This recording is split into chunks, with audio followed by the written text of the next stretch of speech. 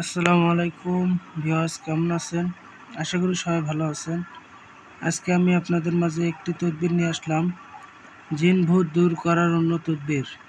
আমি প্রথমে বলছিলাম কিভাবে বান কাটতে হয়, কিভাবে বানের তাবিজ শরীর বন্ধের তাবিজ দিতে হয়। তারপর আমি এটা বলছিলাম মানুষের দেহে যদি কোনো জিন দেওয়া দোষের কোনো আসর থাকে তাহলে অবশ্যই নষ্ট করে দেওয়া যাবে। আজকে কিভাবে আমরা জিনের ছাঁটা কাটবো, ঠিক আছে? আর কেনই বা কাটবো, জিনের ছাঁটা কি, কোথা থেকে আসলো, আমি আজকে সব আপনাদেরকে ক্লিয়ার করে বলে দেব। আমি একটা জিনিস অনেকবার খেয়াল করে দেখছি, অনেক ফকিররা জিনের আসরের তাবিজ দেয় কিন্তু জিনের আসর সম্বন্ধে কিছু বোঝে না। আজকে A to Z হাতে কলমে শিক্ষা দেব। আপনারা ভিডিওটি শুরু থেকে শেষ পর্যন্ত দেখবেন, কারণ আমার এই ভিডিওটি অনেক মূল্যবান কথাগুলো আমি বলবো। বিশ্বাস না হলে আপনারা অন্য ভিডিও দেখতে পারেন, কোনো সমস্যা নেই। যারা আমাকে ভালোবাসেন, যারা আমাকে বিশ্বাস করেন, আমার ভক্তরা, তারা অবশ্যই আমার চ্যানেলটি শুরু থেকে শেষ পর্যন্ত দেখবেন। আর এটা তাজ সুলেমানের তাবিজের কিতাব, বইটা অনেক পুরাতন। আমি খাতাটা খুলে নিয়ে আমি আর কি এই জিনিসটা আপনাদেরকে মানে বলবো, কারণ এখানে নিয়ম টিয়ম এখানে সবই দেওয়া আছে। এটা কিভাবে কি করা লাগবে আল্লাহর রহমতে আমি সব A to Z এখন বলে দেবো। তার আগে আমি প্লেট নিয়ে আসি, একটু দূরে আছে। কীভাবে ছাঁটা কাটা লাগে আজকে আমি সব A to Z বলে দেবো। ভিউয়ার্স, আমি এটার কথাই বলছিলাম, এটা একটি বড় একটা প্লেট, ঠিক আছে? আর এটা একটা মাটির দলা। এটা হচ্ছে সূরা মুজাম্মেল পাঠ করে রুগীর ডান হাতের ভিতর এইভাবে যদি থোয়া যায় চোখ বন্ধ করে, তো অবশ্যই জিন হাজির হবে। এটা সেইটা, কিন্তু এটা আমি মন্ত্র ব্যবহার করি। এটা আমি ব্যবহার আগে করছিলাম কিন্তু রেখে দিছি। আর এটা হচ্ছে আপনার আগরবাতি থোয়ার জন্য এটা ভাণ্ডটা রাখছি। আর এটা হচ্ছে আপনার মোমবাতি, আপনার লাগবে আগরবাতি, ঠিক আছে? আগরবাতি, মোমবাতি। আর আগরবাতি থোয়ার জন্য লাগবে হচ্ছে ভাণ্ড। আর যে কোনো ফুল হলে হবে, আপনারা বিশেষ করে জবা ফুল নেবেন, ঠিক আছে? জবা ফুল আপনার আরও ভালো কাজ করবে। জবা ফুলের শক্তি অনেক, লাল জবাটা, রক্ত জবা। সাথে ম্যাচ লাগবে, যে কোনো ম্যাচ হলেই হবে, ঠিক আছে আপনারা? আর এটা আপনাদের লাগবে 5টা আগরবাতি, আপনাদের 5টা লাগবে। মোমবাতি একটা হলেই চলবে বা না হলেও চলবে, কিন্তু মোমবাতি থাকাটা অবশ্যই ভালো। আচ্ছা, তাহলে এটার ক্লিয়ার আমি বুঝে দিলাম। প্রথমে তো আপনার প্লেট লাগবে, যে কোনো সমান প্লেট বা ট্রে হলেই হচ্ছে। উপরে আপনারা এরকম ফুল দিয়ে এরকম সাজাবেন। আমার এগুলো এখন গরমের দিন তো ফুলগুলো শুকিয়ে গেছে, এগুলো কালকে নিয়ে এসেছিলাম, এগুলো সব শুকিয়ে গেছে। এই যে এখানে অনেক রুগীর ছাঁটা কাটছি, তাবিজ পুড়ছি, আপনার নিজের চোখেই দেখুন আমি কিভাবে ছাঁটা কাটছি, কিভাবে রুগী আমার এত তাড়াতাড়ি সুস্থ হয়। আমি আজকে সব বলে দেব, আপনারা বাড়িতে ট্রাই করবেন, দেখবেন আমার কাজে কথায় মিল আছে কিনা।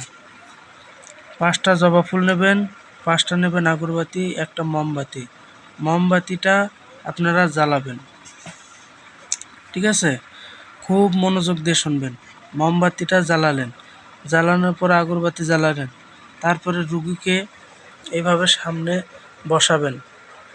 জায়নামাজ পারবেন, জায়নামাজ মানে ওই যে আমি এখানে ছাঁটা কাটি। ভিউয়ার্স, আমি খুব রুগী আসতেছে, এই জন্য আপনাদের সাথে একটু যে কথা বলবো সেই সময়টাই পাই না।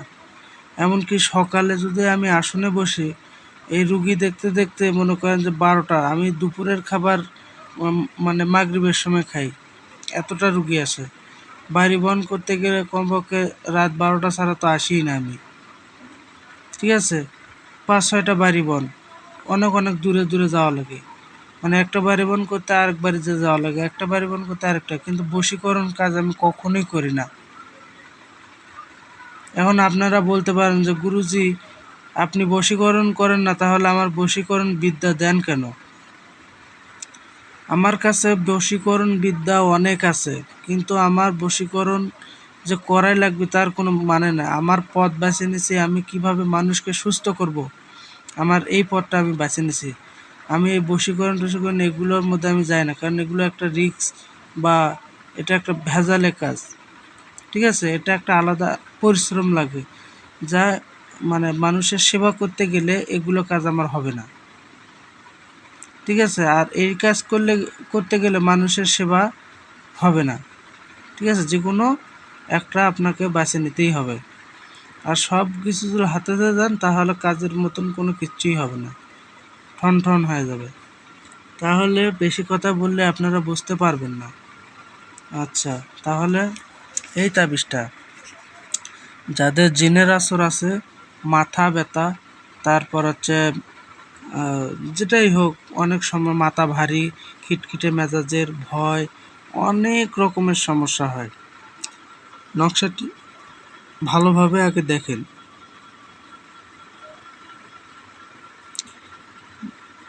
এই নকশাটি আপনারা লাল কালি দিয়ে সাদা কাগজে লিখবেন। লিখে রুগীকে সামনে বসাইয়া আমি একটা মন্ত্র দিছি, রামকুণ্ডলী, আতসে রবের কোরআন, ঘরে বাইরে সুবাহান, পলকে ফলকে বান্ধি, আসমান বান্ধি, জমিন বান্ধি, সাততলা আসমান বান্ধি, এই মন্ত্রটা আমি দিছি, খেয়াল করে দেখবেন। তারপরে এটা রুগীকে সামনে বসাইয়া ফুঁক দিয়ে, তারপরে মানে এটা হচ্ছে রুগী, ঠিক আছে? রুগী মন্ত্রটা 3বার পাঠ করে 3টা ফুঁক দিয়ে, মাথায় ফুঁক দিয়ে হেঁচার টানবেন, একটা ছুরি চাকু দিয়ে একটা হেঁচার টানবেন। টান দিলে ওনার আসনটা বন্ধ হয়ে গেল। তারপরে নিজের গা অবশ্যই বন্ধ করে নেবেন, আপনি নিজেও হেঁচার টানে শরীরটা বন্ধ করে নেবেন। নেওয়ার পরে রুগীকে বলবেন এটার দিকে তাকে থাকতে। আপনি আগুন দিয়ে এটা জ্বালে দেবেন, জ্বালে দিলে ওর যত বড়ই ছাটা দেওয়া দুষ্টি যা কিছু আছে সব নষ্ট হয়ে যাবে। আচ্ছা, ছাটাটা কি? ছাটাটা হচ্ছে একটা দৃষ্টি। যেমন একটা খারাপ ছেলে রাস্তা দিয়ে একটা যদি কোনো মেয়ে যায়, অবশ্যই ছেলেটা কিন্তু ওই মেয়ের দিকে তাকাবে। তো এইরকম জেনেরাও এরকম মনে করেন খারাপ স্বভাবের টাইপ থাকে, যা মানে অনেক ছেলে বা মেয়েরা রাস্তায় দিয়ে কোনো কিছু একটু নজর লাগলেই তাদের ক্ষতি হয়ে যায়। এই যে এটাকেই বলে জিনের আসর, বা পরীর আসর, মাদার আসর, যাই হোক, বা দোষ ত্রুটি পাইলে ধরে। তে মনে করেন এই জিনিসটা একটা নদী, স্রোত যাচ্ছে, এই স্রোত অবস্থায় যদি আপনারা একটা দেওয়াল দেন, সে কিন্তু দেওয়াল থাকবে না, ভাঙে চলে যাবে। ঠিক মানুষের দেহে যখন ছাটা হয় বা জিনের আসর হয়, আমরা কি করি? ছাটা না কেটে সোজা মানে শরীর বন্ধের তদবির দিয়ে দিই। তো ও তদবিরের কোনো দাম নেই, ওর ছাটা তো থেকেই যায়, সে তদবির দিয়ে কোনো লাভ নাই। এই জন্য আমি কি করি, এইরকম ছাটা আগে কাটে নিই, যখন শরীরটা ফ্রেশ হয়ে থাকে তারপরে আমি শরীর বন্ধের তাবিজ দিই। এই জন্য গুরু ধরা প্রয়োজন, গুরু না ধরলে আপনারা কেউ কিচ্ছু বুঝতে পারবেন না। আমি যেভাবে বলবো ওইভাবে নিয়ম করবেন। নিজেরটা কাটবেন কিভাবে? নিজেরটা আগে বানায়া কারোর দ্বারা এরকম বসায়া কাটে নেবেন, শিখে শিখে দিবেন, ঠিক আছে? তাহলেই হয়ে যাবে। বাড়ি বন্ধের তাবিজ দিছি, ভিডিও দিছি, ওটা দিয়ে বাড়ি বন্ধ করে নেবেন। আল্লাহর রহমতে আশা করি সাথে সাথে যার মাথা ভারী তার মাথা পাতলা হয়ে যাবে, সব কিছু ঠিক হয়ে আসবে, ঠিক আছে? আর কালকে বা যে কোনো সময় আমি বান কাটার আর একটি মন্ত্র দেব, পাওয়ারফুল একটি মন্ত্র, আপনারা ওটা মুখস্থ করবেন। আর এটা এই পর্যন্তই থাক। ভিডিওটি বেশি বড় হয়ে যাচ্ছে। আর যাদের ভিডিওটি আমার কথাগুলো মানে দেখতেছেন, কথাগুলো বুঝতে পারেন নাই, কি কি সমস্যা হচ্ছে আমায় কমেন্টে জানাবেন, আমি সাথে সাথে রিপ্লাই দেবো। তো সবাই ভালো থাকেন, সুস্থ থাকেন, আল্লাহ হাফেজ, আসসালামু আলাইকুম।